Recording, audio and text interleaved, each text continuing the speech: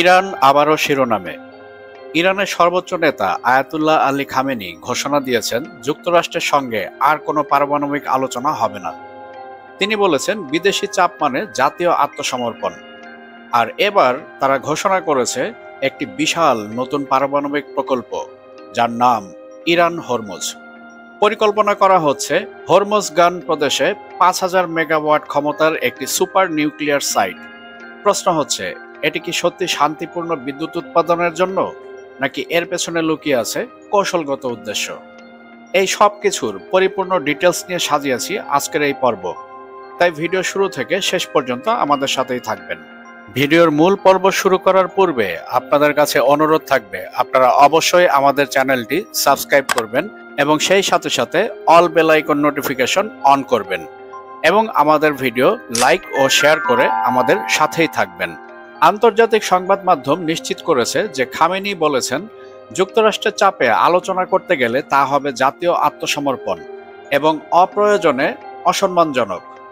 এই ঘোষণাটি এসেছে এমন একটি মুহূর্তে যখন যুক্তরাজ্য, ফ্রান্স ও জার্মানি অর্থাৎ E3 সহ পশ্চিমের দেশগুলো ইরানকে বলেছে যে যদি তারা IAEA এর সঙ্গে পুনরায় সহযোগিতা শুরু না করে এবং যুক্তরাষ্ট্রের সঙ্গে আলোচনায় না বসে, তবে ইউনাইটেড নেশনের নিষেধাজ্ঞাগুলো পুনরায় চালু করা হবে, অর্থাৎ স্ন্যাকব্যাক স্যাংশন পুনরায় ইরানের উপর আবারও চালু করা হবে। খামেনি স্পষ্ট করে বলেছেন যুক্তরাষ্ট্র অতিরিক্ত দাবি তুলেছে, যেমন ইরানের ইউরেনিয়াম সমৃদ্ধকরণ পুরোপুরি বন্ধ করা। তিনি উল্লেখ করেছেন যদি আলোচনা হয় তবে তা হতে হবে শর্তবিহীনভাবে, যেখানে ইরানের রেড লাইন থাকবে এবং তা মানাও হবে। যেমন ইউরেনিয়ামের সমৃদ্ধকরণ বন্ধ করা, এটা বাধ্য করা যাবে না। ইরান চাইলে বন্ধ করবে, ইরান চাইলে চালিয়ে যাবে। আলোচনা শব্দ ব্যবহার হলেও খামেনি স্পষ্টভাবে বলেছেন যে যুক্তরাষ্ট্র এবং তার মিত্ররা আলোচনা শুরু করার পূর্বেই ফলাফল ঘোষণা করে দেয়, যা ইরানের জন্য নেহায়েতই গ্রহণযোগ্য নয়। তিনি এ ধরনের ডিকটেট ও বুলিং মেনে নিতে অস্বীকার করেছেন। বিগত 23শে সেপ্টেম্বর খামেনির এই কথার পরই 24শে সেপ্টেম্বর ইরান হরমুজ প্রকল্পের ঘোষণা করেন ইরানের পারমাণবিক শক্তি সংস্থা AEOI এর প্রধান মোহাম্মদ ইসলামি। ইরানের নতুন পারমাণবিক প্রকল্প হরমুজ বর্তমানে নকশা এবং যন্ত্রপাতি প্রস্তুতির প্রাথমিক ধাপে রয়েছে। ইরানের পারমাণবিক শক্তি সংস্থা AEOI এর প্রধান মোহাম্মদ ইসলামি জানিয়েছেন এই প্রকল্প ইরানের দীর্ঘমেয়াদী জ্বালানি কৌশলের অংশ হিসাবে বাস্তবায়িত হচ্ছে। বিদ্যুৎ কেন্দ্রটি দক্ষিণ ইরানের মিনার ও সিরিক শহরের কাছাকাছি স্থাপন করা হবে। এর প্রস্তাবিত ক্ষমতা হবে প্রায় ৫,০০০ মেগাওয়াট, যা ইরানের বিদ্যুৎ ঘাটতি মোকাবেলায় যুগান্তকারী ভূমিকা রাখবে। বর্তমানে দেশটির গ্রীষ্মের চরম গরম মৌসুমে বিদ্যুৎ সংকট তীব্র আকার ধারণ করে, ফলে এই প্রকল্প জনগণের জন্য সরাসরি উপকার বয়ে আনবে।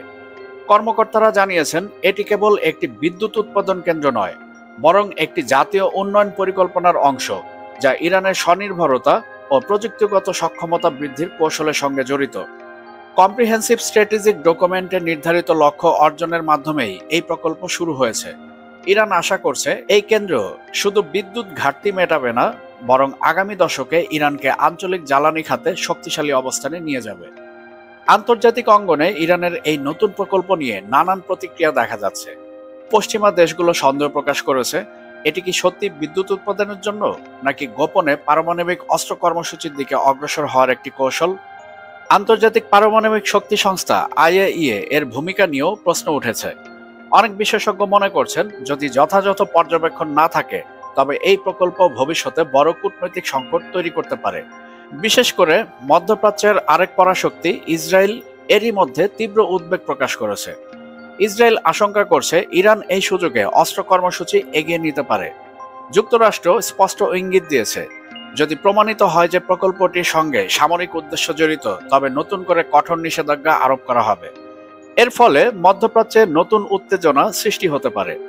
অন্যদিকে কিছু দেশ মনে করছে শান্তিপূর্ণ বিদ্যুৎ কেন্দ্র হলেও এটি আঞ্চলিক ভারসাম্যে প্রভাব ফেলবে, ফলে আন্তর্জাতিক মহল নিবিড়ভাবে প্রকল্পের অগ্রগতি পর্যবেক্ষণ করছে। ইরান নিজস্ব দৃষ্টিভঙ্গি থেকে দাবি করছে এই প্রকল্প একেবারেই শান্তিপূর্ণ এবং জনগণের কল্যাণে করা হচ্ছে।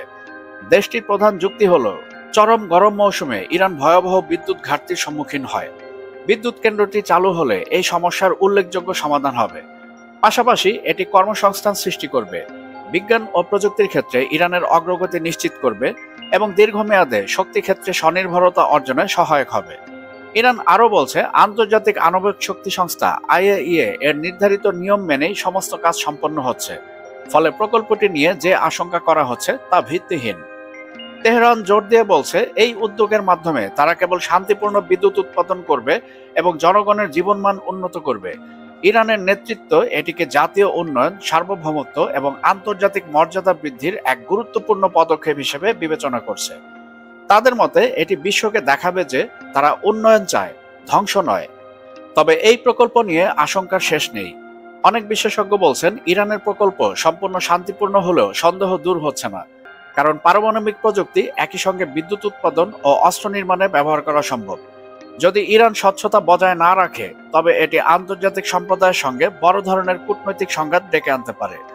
বিশেষ করে মধ্যপ্রাচ্যের প্রতিবেশী দেশগুলো মনে করছে এই প্রকল্প ভবিষ্যতে আঞ্চলিক অস্ত্র প্রতিযোগিতা উস্কে দিতে পারে।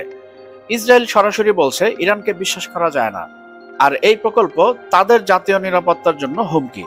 যুক্তরাষ্ট্র একই সুরে কথা বলছে, ইরানকে সীমারেখা অতিক্রম করতে দেয়া হবে না। তাছাড়া যদি আন্তর্জাতিক সম্প্রদায় বিভক্ত হয়ে পড়ে, তবে এটি কেবল আঞ্চলিক নয়, বৈশ্বিক নিরাপত্তার জন্য হুমকি হয়ে দাঁড়াবে। ফলে প্রকল্পটি যতই উন্নয়নমূলক বলা হোক না কেন, ঝুঁকি ও অনিশ্চয়তা থেকে যাচ্ছে।